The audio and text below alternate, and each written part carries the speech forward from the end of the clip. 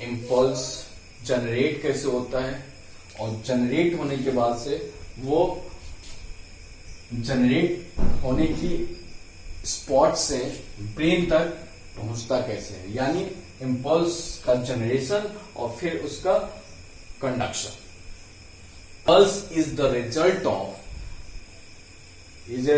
Of stimuli, यानी कोई अगर स्टिमुलाई आपको जो आपके 5 सेंसरी ऑर्गन्स हैं उस पर अगर कोई स्टिमुलस क्रिएट होता है तो उसका जो रिजल्ट आएगा वो कहलाता है इम्पल्स। और जो स्टिमुलाई आपको मिलते हैं मेनली जो है 3 प्रकार के मिलते हैं।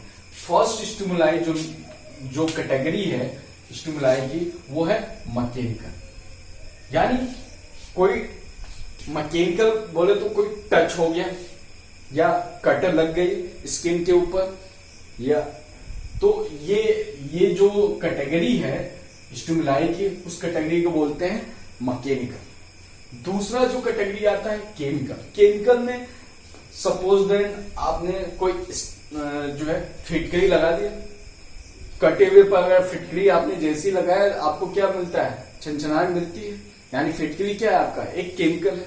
या अल्कोहल आपने लिया, अल्कोहल आप स्किन पे डालेंगे तो आपको क्या लगता है, ठंडा लगता है, यानी अल्कोहल क्या है, ठंडा है। स्प्रिट क्या है, ठंडा है। तो ये इनकी कैटेगरी कौन सी है, इनकी कैटेगरी है केमिकल वाली, यानी ये ऐसी स्टिमुलाई है जिनका नेचर कैसा है, केमिकल वाला। इलेक्ट्रिकल का मतलब क्या हुआ, इलेक्ट्रिसिटी, यानी आपने कहीं गलती से खुला हुआ वायर आपने टच कर दिया तो आपको झटका किसका लगेगा, करंट का झटका लगेगा, तो वो क्या है, इलेक्ट्रिकल है। तो ये जो स्टिमुलाई है वो उसके प्रकार है, वो मेनली 3 प्रकार के। अल्टीमेटली अगर सेंस ऑर्गन की बात करें तो सबसे बड़ा जो आपका सेंस ऑर्गन है वो है स्किन।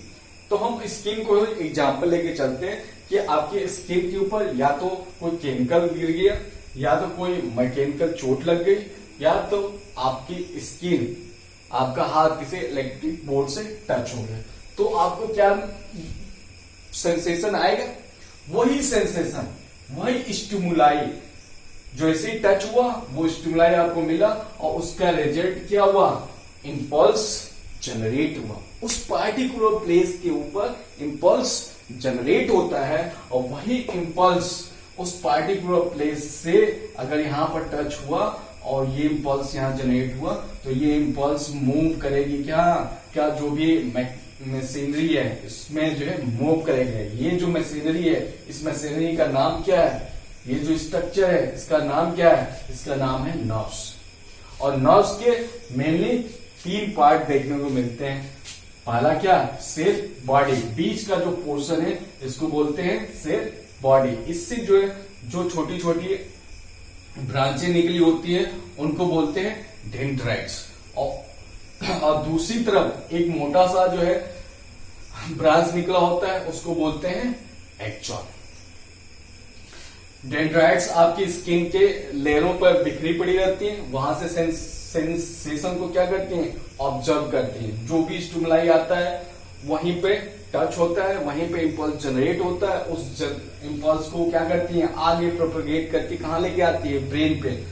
अब चीज जानना है कि एक ही नर्व नहीं लेके आती है, वो फिर किसी दूसरे नर्व से क्या करती है, मिलती है, और जिस पोर्शन पर मिलती है उस पोर्शन, उस जंक्शन को बोलते हैं साइनेप्स। और ये साइनेप्स के अलग से वीडियो बनाएंगे, वहां पर हम उसको डिस्कस करेंगे।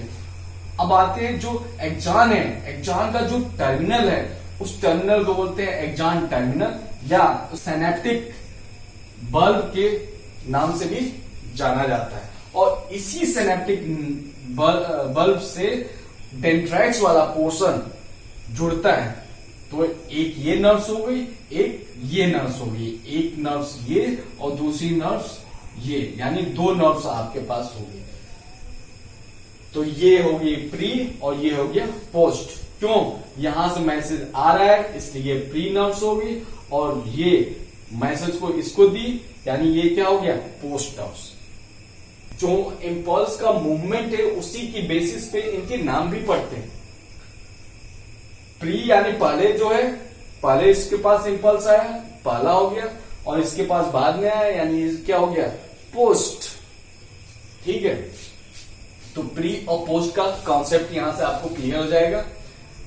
नहीं होगा तो अलग वीडियो में उसको कॉन्सेप्ट को क्लियर करेंगे। अब हम देखेंगे क्या चीज इम्पल्स जनरेट होता कैसे। रेस्टिंग कंडीशन की अगर बात करें, जब रेस्टिंग कंडीशन यानी जब चुपचाप कोई भी इम्पल्स जनरेट नहीं हुआ है, आपकी स्किन जो है सामान्य स्थिति में है, उस समय एक बंदा जो है इसी के पास बैठा हुआ है।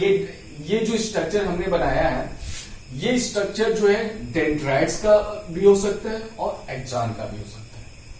यानी ये सेम स्ट्रक्चर है, या तो डेंड्राइट्स का सिरा इस वाले पोर्शन को मान लीजिए, या एक्सॉन का इस वाला पोर्शन को मान लीजिए, दोनों सिमिलर स्ट्रक्चर में होंगे। इसमें हमने जो है एक रेड कलर से हमने डॉट्स बनाए हैं। जो रेड कलर का डॉट्स है वो आपको सोडियम को रिप्रेजेंट कर रहा है, और जो ब्लू कलर का डॉट्स है वो पोटेशियम को रिप्रेजेंट कर रहा है। एक चीज हमने आपको और इजी तरह से समझने के लिए बनाया है कि जो सोडियम है, इसका नेचर क्या है, ये एक प्रकार का केटायंस है। पोटेशियम क्या है, वो भी एक प्रकार का केटायंस है। अब दोनों केटायंस है, तो दोनों केटायंस को हमने मान लिया क्या चीज, ये नोट है।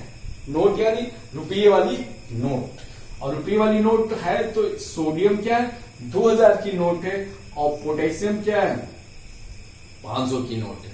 दोनों क्या है, नोट है, दोनों की वैल्यू क्या है, अलग अलग है। यानी इसी से आपको कंफर्म ये चीज हो जानी चाहिए, सोडियम की वैल्यू पोटेशियम से क्या है, ज्यादा है। ठीक है, तो अब इस मेम्ब्रेन, ये क्या है, एक मेम्ब्रेन है, ये क्या है, दो मेम्ब्रेन है, यानी एक ये गोल स्ट्रक्चर है। इस गोल स्ट्रक्चर में ये भीतर वाला स्ट्रक्चर हो गया, और ये बाहर वाली, ये बाहर की मेम्ब्रेन होगी और ये भीतर के मेम्ब्रेन होगी। उसके भीतर क्या पड़ा हुआ है, ये फ्लूइड पड़ा हुआ है, और इस मेम्ब्रेन के चारों तरफ क्या पड़ा हुआ है, फ्लूइड पड़ा हुआ है। तो इस मेम्ब्रेन के भीतर जो फ्लूइड पड़ा हुआ है उसको बोलते हैं इंट्रासेल्यूलर फ्लूइड, और इस आउटर मेम्ब्रेन के बाहर जो फ्लूइड पड़ा हुआ है उसको बोलते हैं एक्स्ट्रा सेल्यूलर फ्लूइड। तो ये आपका हो गया एक्स्ट्रा सेल्यूलर फ्लूइड, और ये हो गया आपका एक्स्ट्रा सेल्यूलर फ्लूइड, और ये हो गया आपका इंट्रासेल्यूलर फ्लूइड। ठीक है, यहां तक बात समझ में है। अब आगे चलते हैं। एक्स्ट्रा सेल्यूलर फ्लूइड में आपका सोडियम का कंसंट्रेशन आप अगर देख रहे हैं तो सोडियम का कंसंट्रेशन क्या है, ज्यादा है, यानी रेड स्पॉट क्या है, ज्यादा है। और भीतर पोटेशियम जो कि नीले कलर से दिखाया है, तो पोटेशियम का कंसंट्रेशन क्या है, ज्यादा है। यानी बाहर आपके 2000 की नोट्स ज्यादा है, और भीतर आपके पास 500 की नोट्स ज्यादा है। दोनों कैटायंस है। अब ये चीज एक बंदा जो है ऑब्जर्व कर रहा है, एक बंदे को ये चीज ऑब्जर्व करने के लिए बैठा देते हैं, वो देखता रहेगा, बताता रहेगा। उसने देखा क्या चीज, सोडियम बाहर हो जाते हैं और पोटेशियम मॉलिक्यूल्स जो भीतर है वो।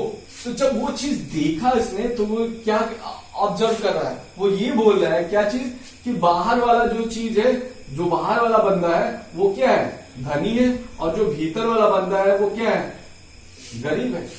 तो यहां पर धनी वाले को आप पॉजिटिव मान लीजिए, और गरीब वाले को क्या मानेंगे, निगेटिव। और ये चीज होता भी है, बाहर चार्जेस सोडियम के वैल्यू ज्यादा है, इसलिए बाहर वाला क्या हो गया, पॉजिटिव हो जाता है, और पोटेशियम की वैल्यू कम है, इसलिए भीतर क्या हो जाता है, निगेटिविटी होती है। और इस चीज को गैल्वेनोमीटर के द्वारा हम जो है चेक भी कर चुके हैं, और ये जो गैल्वेनोमीटर जो बताया, वो ये बताया कि ये जो वैल्यू का डिफरेंस है, वो डिफरेंस है -70 मिली इलेक्ट्रॉन वोल्ट। और यहां पर इस टाइम पे जो स्किन की जो मेम्ब्रेन की कंडीशन होती है, वो होती है बाहर की तरफ पॉजिटिव, और भीतर की तरफ, भीतर की इसी लेयर पे क्या होती है, निगेटिव। यानी बाहर क्या है पॉजिटिव और भीतर क्या है निगेटिव। ये क्या पॉजिटिव, ये क्या पॉजिटिव, ये यहां पर क्या होगी निगेटिव। ठीक, ये वह रेस्टिंग कंडीशन में हुआ। ये क्या है रेस्टिंग है। तो रेस्टिंग कंडीशन में -70 आया जो कि एक पोटेंसी है, एक इसकी क्षमता है। इसलिए इस कंडीशन पे जो इलेक्ट्रिक करंट इसके अंदर है उसको बोलते हैं रेस्टिंग पोटेंशियल। और इसकी वैल्यू कितनी है आपको पता ही है -70 मिली इलेक्ट्रॉन वोल्ट। और ये जो कंडीशन है इसका बाहर प्लस और भीतर माइनस, इस कंडीशन को बोलते हैं पोलराइज्ड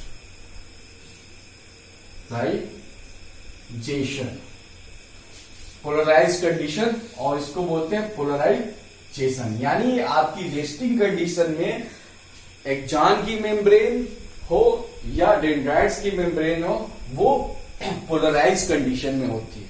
और वो पोलराइज कंडीशन में जो डिफरेंस है वो होता है -70 मिली इलेक्ट्रॉन वोल्ट, और उसको बोलते हैं रेस्टिंग पोटेंशियल। यहां तक बात समझ में।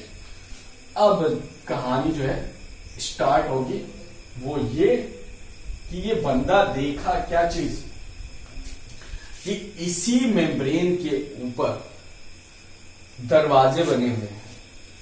यानी इसी मेम्ब्रेन के ऊपर कुछ दरवाजे हैं, और उन दरवाजों को बोलते हैं हम लोग क्या चीज, साइंटिफिक भाषा में उन दरवाजों को बोलते हैं चैनल। और दरवाजे में क्या होता है गेट होता है। तो गेट को रेगुलेट करने के लिए कोई बंदा होता हो, बहुत जगह नहीं भी होता है। तो ये ऐसे गेट हैं जिनको रेगुलेट करने के लिए कोई ना कोई होता है। और वो बंदा या तो वोल्टेज हो सकता है, या तो लिगेंड हो सकता है, या XYZ कोई ना कोई होगा। और कुछ ऐसे भी होते हैं जो क्या चीज बिना दरवाजे के होते हैं, उनसे अप डाउन किया जा सकता है। जैसे ही कोई भी मैकेनिकल, केमिकल या इलेक्ट्रिकल स्टिमुलाई आपके स्किन के पर टच होता है या आता है, वैसे ही क्या होता है जो ये मेम्ब्रेन की कंडीशन है, जो आपकी प्लस बाहर क्या चीज प्लस प्लस और भीतर की तरफ क्या चीज माइनस माइनस वाली कंडीशन है, वो क्या हो जाती है बिगड़ना चालू हो जाती है। यानी जो पोटेंशियल इसकी -70 मिली इलेक्ट्रॉन वोल्ट की थी, टच करते ही ये चेंज हो जाती है, और चेंज होकर बना जाती है -55 मिली इलेक्ट्रॉन वोल्ट। इस -55 मिली इलेक्ट्रॉन वोल्ट पे इस मेम्ब्रेन पर प्रेजेंट जितने भी सोडियम चैनल्स हैं उनके दरवाजे क्या हो जाते हैं खुल जाते हैं। यानी यहां पर यहाँ पर -55 मिली इलेक्ट्रॉन वोल्ट, यानी ये वोल्टेज इस सोडियम चैनल्स को ओपन करने का काम कर रहा है। यानी ये चैनल किस प्रकार के चैनल है वोल्टेज गेटेड चैनल है। यानी ये चैनल वोल्टेज के द्वारा रेगुलेट होने वाले चैनल है, और इसी रेगुलेशन के कारण इस चैनल का नाम पड़ गया वोल्टेज गेटेड चैनल। और यहां पर जो वोल्टेज चाहिए इसको ओपन होने के लिए, वो चाहिए -55 मिली इलेक्ट्रॉन वोल्ट। इस -55 मिली इलेक्ट्रॉन वोल्ट पर सोडियम चैनल्स क्या हो जाते हैं ओपन हो जाते हैं। अब सोडियम चैनल्स ओपन हो गए तो 2000 की नोट जो बाहर कंसंट्रेशन में ज्यादा है, वो कंसंट्रेशन क्या हो जाएगी भीतर मूव करने लगेगी। जब 2000 की नोट बाहर से भीतर आने लगेगा, तो ये जो कंडीशन है बाहर की पॉजिटिविटी, क्या ये देखते हुए बंदा क्या अब ये बोलेगा क्या कि बाहर वाला धनी है? बिल्कुल नहीं बोलेगा। क्यों? क्योंकि जितनी भी यहां 2000 की नोटें पड़ी हुई थी, वो नोटें क्या हो गई सब मूव करके भीतर वाले फ्लूइड में चली आई। यानी यहां पर आपके पास पोटेशियम भी है, यानी यहां पर आपके पास 500 की नोटें भी पड़ी हुई हैं, और ऊपर से क्या हो गया 2000 की नोटें और अलग से आ गई। तो 2000 की नोट थे एक तो यहां से गायब हुई और यहां पर बढ़ गए, तो धनी कौन हो गया? फिर उसने देखा क्या चीज, ऊपर वाला हो गया क्या चीज, गरीब, और नीचे वाला हो गया धनी। और इसी कंडीशन को हम बोल देते हैं, क्या चीज बोलते हैं, इस कंडीशन को एक नया नाम देते हैं, इसको बोलते हैं एक्शन पोटेंशियल। इसको बोलते हैं एक्शन पोटेंशियल। और ये एक्शन पोटेंशियल जब गैल्वेनोमीटर से नापा गया तो ये एक्शन पोटेंशियल आपको मिला 30 मिली इलेक्ट्रॉन वोल्ट। और ये 30 मिली इलेक्ट्रॉन वोल्ट क्यों आया, due to the opening of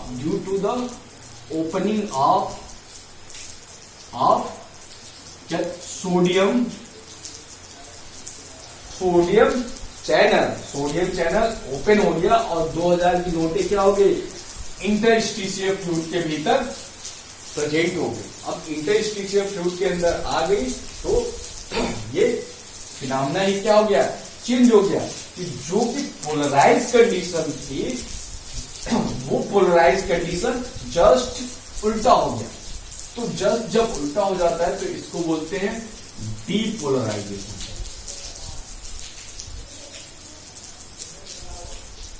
तो इस हम एक प्रकार से और इसको बोल सकते हैं कि डीपोलराइजेशन के कारण जो पोटेंशियल जनरेट होता है उस पोटेंशियल को बोलते हैं एक्शन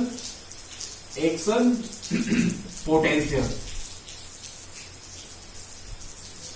उसको बोलते हैं एक्शन पोटेंशियल, या दूसरी भाषा में अगर वाइस वर्सा इसको बोल सकते हैं कि एक्शन पोटेंशियल के कारण क्या होता है, आपका डीपोलराइजेशन होता है।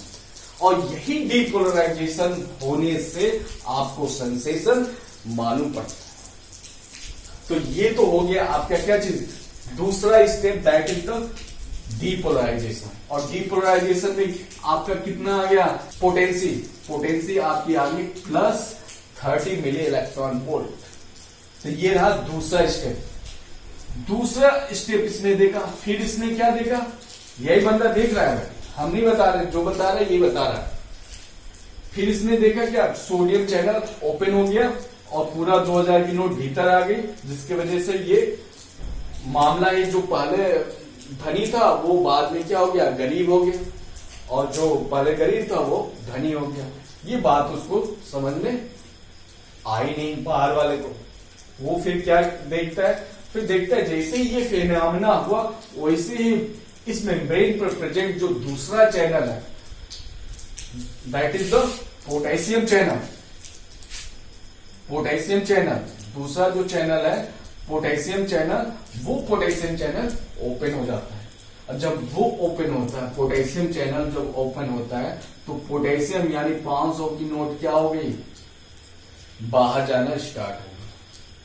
अब ये 500 वाली नोट जब बाहर जाना स्टार्ट हो गई तो ये पॉजिटिविटी जो आई थी, क्या पॉजिटिविटी बनी रहेगी, नहीं, ये क्या होता है, ये गिरना चालू हो जाता है। ये फिर आता है 20 मिली इलेक्ट्रॉन वोल्ट। और 20 मिली इलेक्ट्रॉन पे आने के बाद से एक दूसरा चैनल कैल्शियम चैनल एक्टिवेट होता है। ये अपने दोस्त को बुला लेता है, पोटेशियम वाला जो है भीतर वाला जो है अपने दोस्त को बुलाता है, वो जो है कैल्शियम को कहता है कि ये जो नया वाला कंडीशन बना है ना, इसको बनाए रखा जाए। बट वो आता तो है, कैल्शियम ओपन तो हो जाता है, लेकिन वो ज्यादा देर तक इसको मेंटेन नहीं कर पाता है, कुछ देर तक वो लेके जाता है। तो जब हम इसका ग्राफ खींचेंगे आगे, जब हम इसका ग्राफ देखेंगे तो आपको एक स्ट्रेट लाइन नजर आएगी, तो वो कैल्शियम के कारण उत्पन्न होती है। तो ये 20 वाला कुछ देर तक जो है स्टेज कायम रहता है, बट ज्यादा देर तक होता नहीं है। इसके बाद से क्या होता है, फिर जो है पोटेशियम को बाहर जाना मजबूर हो जाता है और पोटेशियम यानी 500 की नोटें बाहर जाना स्टार्ट हो जाती है। और जब ये ज्यादा मात्रा में जब बाहर निकल गई, यानी यहां से केवल अगर सपोज दें 2000 की नोटें आई और यहाँ पे जो है 500 की जो है 2000 नोटें बाहर निकल गई, तो फिर क्या होगा, 2000 मतलब कि आप इसको 10,000 कर दीजिए। 10,000 नोटें 500 के बाहर अगर निकल गई तो ये कंडीशन फिर से क्या हो जाएगी, पुरानी वाली कंडीशन हो जाएगा। यानी इस अगर 10,000 नोटें बाहर निकल जाएंगी 500 की, तो बंदा फिर से बाहर वाला क्या हो जाएगा, धनी हो जाएगा। तो ये क्या हो जाता है, फिर से ये धनी हो जाता है, और फिर से ये भीतर वाले बंदे फिर से क्या हो जाते हैं, गरीब दिखने लगते हैं। फिर से वो पुरानी कंडीशन जो पहले कंडीशन थी वही कंडीशन बन गई। तो इस कंडीशन को बोलते हैं रीपोलराइजेशन। इस कंडीशन को बोलते हैं रीपोलराइजेशन। पहले वाली कंडीशन आ गई, इसको बोलते हैं रीपोलराइजेशन। यानी इस समय इसका जो अगर पोटेंसी देखे तो वो पोटेंसी क्या हो जाएगी, -70 मिली इलेक्ट्रॉन वोल्ट। ठीक है, तो ये तो हुआ रीपोलराइजेशन। सपोज देन ये पोटेशियम आयन वाला जो चैनल है वो ओपन ही रहा और 500 की नोटें बाहर जाती ही रही, तो वो और भी क्या हो जाएगा, बाहर वाला और भी ज्यादा रिच हो जाएगा और ये ज्यादा गरीब हो जाएंगे। यानी ये और भी नीचे चला जाएगा, यानी -75 से पहुंच जाएगा क्या चीज, 90 तक, हो सकता है 100 भी पहुंच जाए। तो ये जितना नीचे जा रहा है, तो ये जो नीचे जाने का जो फिनोमेना है, इस फिनोमेना को बोलते हैं हम लोग हाइपर पोलराइजेशन। इसको बोलते हैं हाइपर पोलराइजेशन। तो आपको 4 चीजें पता चल गई। पहला क्या चीज, रेस्टिंग कंडीशन, जो कंडीशन थी वो रेस्टिंग पोटेंशियल। दूसरा एक्शन पोटेंशियल, एंड तीसरा रीपोलराइजेशन। इसके बाद हाइपर पोलराइजेशन। अगर ये वाला भी कंडीशन क्या है, पोलराइजेशन की कंडीशन है। एक्शन पोटेंशियल को क्या बोलेंगे, इसको डीपोलराइज, जो भी ये पोलराइजेशन था ठीक उसका क्या हो गया था, उल्टा हो गया, तो इसको बोलेंगे डीपोलराइजेशन। अब डीपोलराइजेशन हो गया था, फिर से उसको क्या किया जा रहा है, फिर से वापस पोलराइज कंडीशन में, प्राइमरी कंडीशन में लेके आया जा रहा है। तो उस कंडीशन को बोल देते हैं क्या चीज, रीपोलराइजेशन। यहां पर नाम लिखा ही है रीपोलराइजेशन। और इसी में अगर और भी ज्यादा हो जाता है पोलराइजेशन की कंडीशन, तो उसको बोलते हैं हाइपरपोलराइजेशन। तो इस माध्यम से तो आपका क्या चीज, इंपल्स जनरेट होता है। एक चीज जानने वाली बात ये है कि ये जो सोडियम और पोटेशियम का इम्बैलेंस हो गया, सोडियम क्या हो गया, ये इलेक्ट्रिक चार्ज तो आपका मेंटेन हो गया। ये जो देख रहा है वो देख तो लिया कि भाई वो भी बाहर वाला फिर से जो है अमीर हो गया और भीतर वाला फिर से गरीब हो गया, बट इसमें सोडियम भीतर ज्यादा आ गया और पोटेशियम क्या हो गया, बाहर ज्यादा चला गया। और ये कंडीशन इसको जो है मेंटेन करना पड़ता है, और ये मेंटेन होता है एक छोटे से शॉर्ट इंटरवल टाइम में होता है, और उस टाइम को बोलते हैं रिफ्लेक्स पीरियड। उसको क्या बोलते हैं, टाइम इंटरवल है, इसलिए इसका वर्ड यूज किया जाता है पीरियड। वो टाइमिंग, वो छोटा सा टाइमिंग जिसमें सोडियम और पोटेशियम की जो एक्चुअली पोजीशन है उसको मेंटेन किया जाता है। उस टाइम में अगर स्टिमुलस भी अगर आपको मिलता है तो वो स्टिमुलस जो है वो रिकॉग्नाइज नहीं कर पाता, और उस टाइमिंग में ही ये इनकी पोजीशन क्या हो जाती है, फिर से सही हो जाती है। और इसको सही करने का जो जिम्मा होता है वो एक एंजाइम्स का होता है। उस एंजाइम्स का नाम है सोडियम पोटेशियम एटीपीएज। एज ले रहा है, यानी क्या हो गया आपका एनसैड्स हो गया। तो ये काम किसका है? Sodium potassium ATPase. और ये करता क्या है? ये सोडियम को 3 सोडियम को क्या करेगा? बाहर भेज देगा और 2 पोटेशियम को, सोडियम को बाहर भेज देगा और 2 पोटेशियम को भीतर ले लेता है। इसके द्वारा, इस पंप के द्वारा ये बैलेंस सोडियम पोटेशियम की फिर से एक्चुअल पोजीशन मेंटेन कर दी जाती है। और वो पीछे वाले की करते हैं, आगे वाले को नहीं। आगे तो आपका इंपल्स क्या हो रहा है? मूव कर रहा है, प्रोपेगेट कर रहा है। अब आते हैं कंडक्शन के ऊपर। कंडक्शन का मतलब होता है, कंडक्शन वर्ड जो लिया गया है वो फिजिक्स से लिया गया है। और कंडक्शन की 2 चीजें, 2 प्रॉपर्टी होती है। फर्स्ट ये कि ये सॉलिड के अंदर, सॉलिड चीज के अंदर ये होती है, ये प्रॉपर्टी होती है।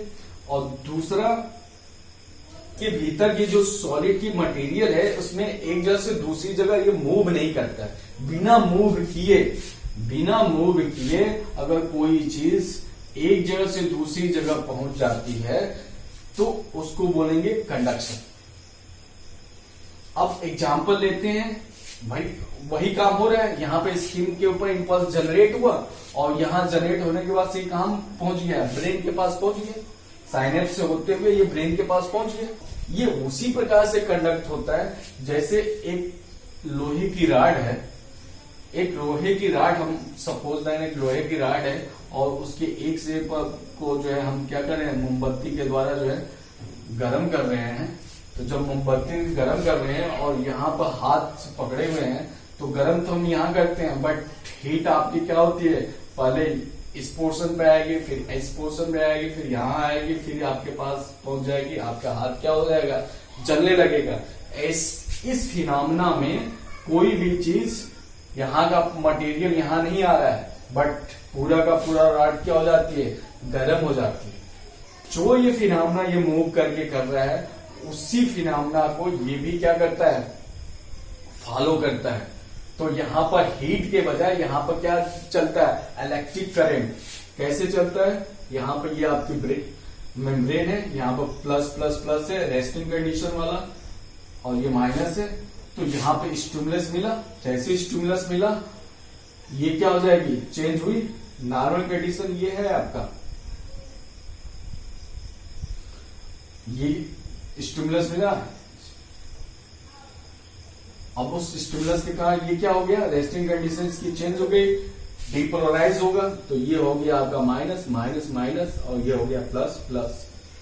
अब ये अपना पोटेंशियल इसको पास कर देता है। दूसरे स्टेज में अब इसको पास करेगा, तो ये इसको पास करेगा और ये रिफ्लेक्टिव पीरियड के कारण ये अपने आप को सही करेगा, पोटेशियम आएगा और ये अपने आप को रीपोलराइज करेगा। अब ये रीपोलराइज में ये माइनस माइनस में चला जाएगा, प्लस प्लस में चला जाएगा, और यहीं पर इनको एक्सम पोटेंशियल जनरेट हो जाएगा। यानी यहाँ पे ये माइनस हो जाएंगे, दोनों माइनस, और ये हो गया।